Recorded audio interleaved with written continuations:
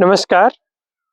गेहूँ के विषय में एक चर्चा बड़ी हो रही है इन दिनों में कि गेहूँ में बालियाँ जल्दी निकल गई हैं, हम क्या कर सकते हैं? इसके कितने प्रतिकूल प्रभाव गेहूँ उत्पादन पर पड़ेगा? इस विषय पे अलग-अलग लोग अलग-अलग राय दे रहे हैं। मैंने इस विषय को गेहूँ बुआई के समय ही छुआ था, वीडियो बनाया था।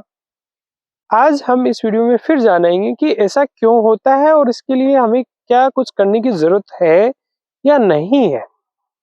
देखिए, कोई भी पौधा जब बाली फूल, फल जल्दी निकालता है तो इसमें एक मुख्य वजह होती है कि पौधा स्ट्रेस में किसी भी टाइप के स्ट्रेस वो हो सकता है ज़्यादा नमी की वजह से होता है, कम नमी की वजह से हो सकता है, ज़्यादा टेम्परेचर, लो टेम्परेचर या आपका कह सकते हो कि किसी कीड़े और बीमारी की वजह से स्ट्रेस में प्लांट है या किसी न्यूट्रिएंट की डेफिशिएंसी या टॉक्सिसिटी की वजह से स्ट्रेस में किसी भी टाइप के तनाव में यदि पौधा है, तो पौधे का ये टारगेट होता है कि वो मरने से पहले अपना बीज उत्पादन कर ले, अपना जीवन चक्र पूरा कर ले और अपनी सतती बढ़ाने के लिए वो कुछ बीज तैयार कर ले, भले ही उसको उत्पादन उसका कम हो जाए, इसलिए पर उसको कुछ न कुछ बीज पैदा करने हैं। इसलिए वो जल्दी ही अपनी रिप्रोडक्टिव स्टेज में आता है। वो बाली, फूल, फल जल्दी निकालता है। किसी भी टाइप के स्टेज में होता है। कहीं भी आपने ऑब्जर्व किया होगा कि कोई ऑफ सीजन में कोई पौधा उगता है, तो वो जल्दी बीज पैदा कर देता है या किसी पौधे के कट लग जाता है या आप खरपतवारों के मामले में देख लीजिए, आप यदि उनको उखाड़ के डाल दोगे, 1-2 जड़ बच जाएँगी, तो फिर भी उससे 1-2 वो बीज पैदा करने की कोशिश करेगा। ये पौधों का एक नेचर होता है, प्राकृतिक एक तरीका होता है अपनी सतती को बढ़ाने का। गेहूँ के केस में बहुत भारी कोई स्ट्रेस देखने को हमें नहीं मिला है कि कोई तगड़ा स्ट्रेस आया, कोई डिजीज़, इंसेक्ट और ऐसा कुछ।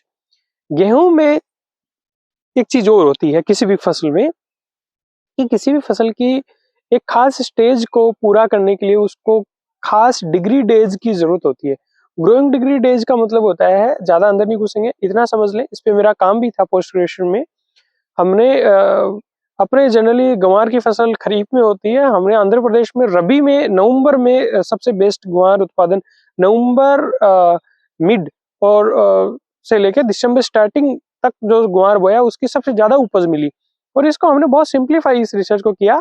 हमने देखी कि ग्वार के यहाँ राजस्थान में जब बुआई करते हैं तो ग्रोइंग डिग्री डेज कितने मिल रहे हैं और उतने ही growing degree days Andhra Pradesh के मौसम के अनुसार कब बन रहे हैं। तो ग्रोइंग डिग्री डेज में सिंपली जो मैक्सिमम मिनिमम टेम्परेचर का एवरेज होता है माइनस बेस टेम्परेचर होता है, इसके अंदर नहीं घुसेंगे। पर हम ये मान सकते हैं कि एक खास जो तापमान या की जो जरूरत होती है या सूर्य के प्रकाश की जो जरूरत होती है, वो उस एक खास स्टेज की पूरी हो जाती है तो पौधा नेक्स्ट स्टेज में चला जाता है। यहाँ इस चीज इसका ऐसे अनुमान लगाया जा सकता है कि गेहूं की जो जल्दी बुआई थी या समय पे जो बुआई थी, उन गेहूं को थोड़े से बढ़े हुए टेम्परेचर मिला, इसलिए उसकी ग्रोइंग डिग्री डेज की जो वानस्पतिक अवस्था की जो रिक्वायरमेंट थी वो जल्दी पूरी हो गई और गेहूं के पौधे ने बाली फेंक दी। क्या इससे तो इसको शॉर्ट में कह सकते हैं कि थोड़े से बढ़े हुए टेम्परेचर की वजह से ऐसा हुआ। ये ठंड तो पड़ रही है, इसको आप अंदाजा नहीं लगा सकते। ये हमारे पास ऑब्जर्वेशन आती है, डाटा आती है, उसके बेसिस पे ही हम अंदाजा इन चीजों को लगा पाते। क्या इससे उत्पादन कम होगा, ये कहना मुश्किल है थोड़ा अभी, क्योंकि देखिए जो ऐसी प्रॉब्लम किन गेहूं में आती है, ऐसी प्रॉब्लम गेहूं उस गेहूं में आती है जो बहुत जल्दी लग जाता है या टाइम पे जिसकी बुआई होती है उस गेहूं के अंदर ये प्रॉब्लम ज्यादा आती है। इसका मेरा बहुत क्लोज ऑब्जर्वेशन है। जैसे हमारे यहाँ कोटा रीजन में जो टर्मिनल हीट स्ट्रेस आता है गेहूं में, जो मार्च लास्ट में जो टेम्परेचर बढ़ता है, उससे बचाने के लिए हमारे पास एक स्ट्रेटेजी हो सकती है कि हम गेहूं को जल्दी लगा लें। तो ये जल्दी लगाने वाली सब ये एक्सपेरिमेंट मैंने करके देखे। गेहूं को बहुत जल्दी बो के देखा, अक्टूबर लास्ट में भी बोया, नवंबर फर्स्ट वीक में भी बोया, नवंबर मिड में, दिसंबर में लास्ट में, जनवरी तक भी मैंने बोया। तो मैंने ये पाया, जो हम पढ़ते हैं कि जल्दी गेहूं बो दो, जल्दी गेहूं बो दो, हर वैरायटी को आप जल्दी नहीं बो सकते हो। यदि आप सामान्य वैरायटी को बहुत जल्दी बो दोगे तो वो 60 दिन की होंगी और बाली फेंक देंगी 2 महीने पे। उनकी हाइट बहुत अच्छी नहीं होगी, बहुत अच्छी टिलिंग नहीं होगी, बहुत अच्छी बाली नहीं होगी, बहुत अच्छा दाना नहीं बनेगा।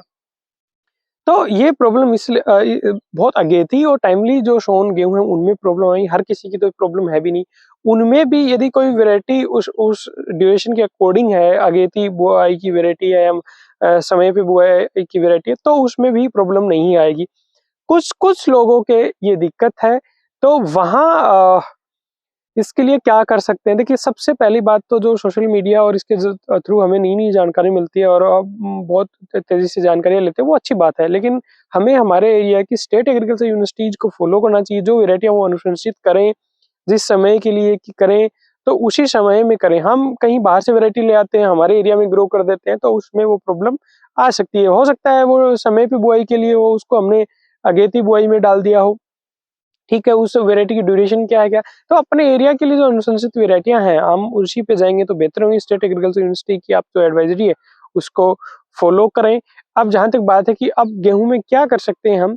तो वैसे तो टेम्परेचर का जो इफ़ेक्ट है, इसके लिए हम ज़्यादा कुछ नहीं कर सकते और हाँ, वो बात कर रहे थे हम कि उत्पादन पे फ़र्क पड़ेगा कि नहीं पड़ेगा।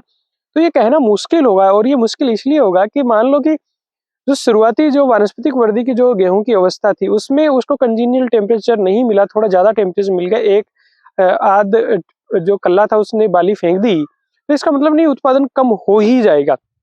मान लो आगे की जो उसकी रिप्रोडक्टिव स्टेज में है, जो बाली की अवस्था है, दाने बनने की है, दूधिया अवस्था है, दाना पकने की अवस्था है, उनमें यदि उसको कंजीनियल टेम्परेचर मिला, ठीक-ठाक टेम्परेचर मिला, तो ऐसा नहीं है कि डेफ़िनिटली यील्ड में बहुत ज़्यादा रिडक्शन हो जाएगा। आगे के यदि टेम्परेचर ठीक-ठाक मिला तो उसमें हमें कोई मुझे नहीं लगता कोई ज़्यादा बड़ा नुकसान होगा।